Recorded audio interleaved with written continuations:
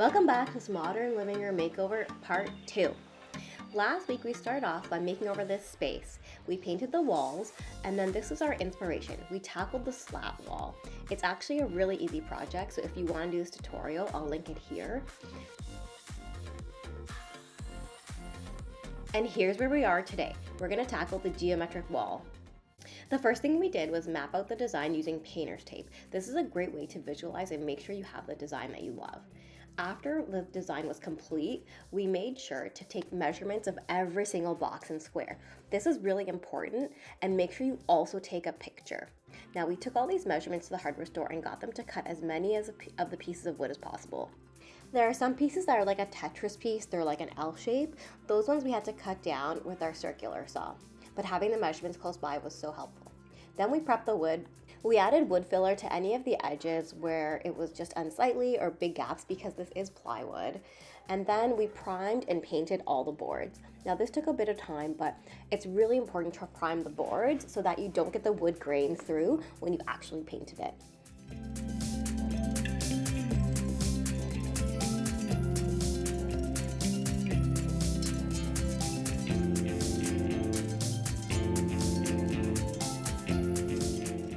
We painted them the same color as the wall, which is Cyberspace by Sherwin-Williams. And this is just a beautiful like black color with some blue undertones. It's a really cool color.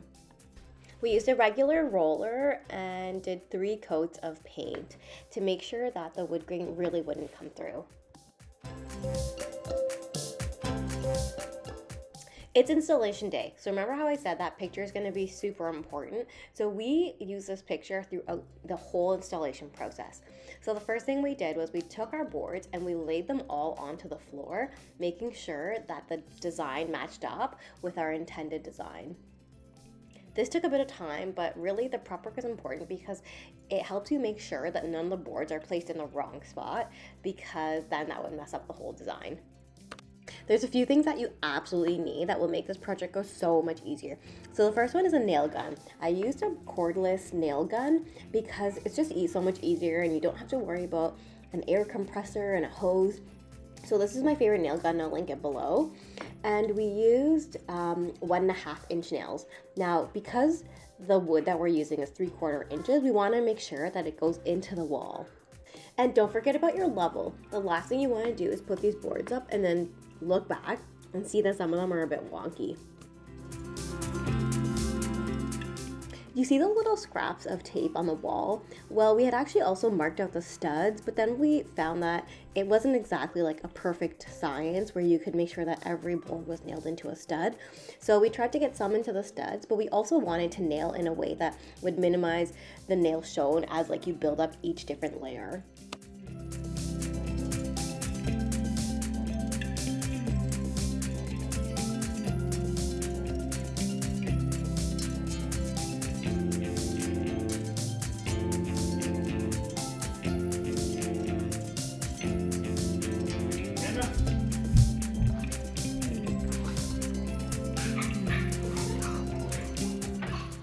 There were also moments like this where we kind of on the fly decided to change some of the design out, and my friends looked to me as the expert, but really this is their living room, so I didn't want to make any rash decisions for them.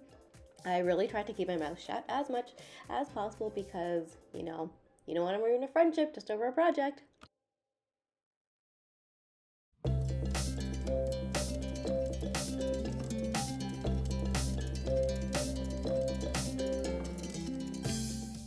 As we built up the different layers of plywood, we used longer nails.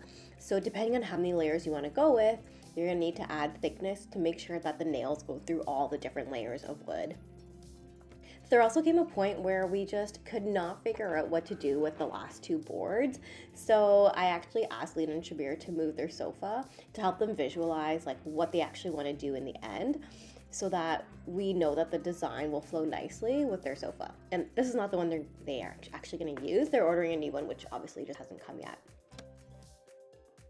We also had to fill all the nail holes and do 1 more coat of paint before we could really call this project done. Are you ready to see the final result? This is where we started with a blank slate. And here's the after. This geometric accent wall looks amazing. It's everything they wanted. They wanted something modern, something that no one else had, and something really, really moody. And I love how they actually use a black furniture piece for their TV as well. It really helps to tie the space together, and wow, what an impact this space is now.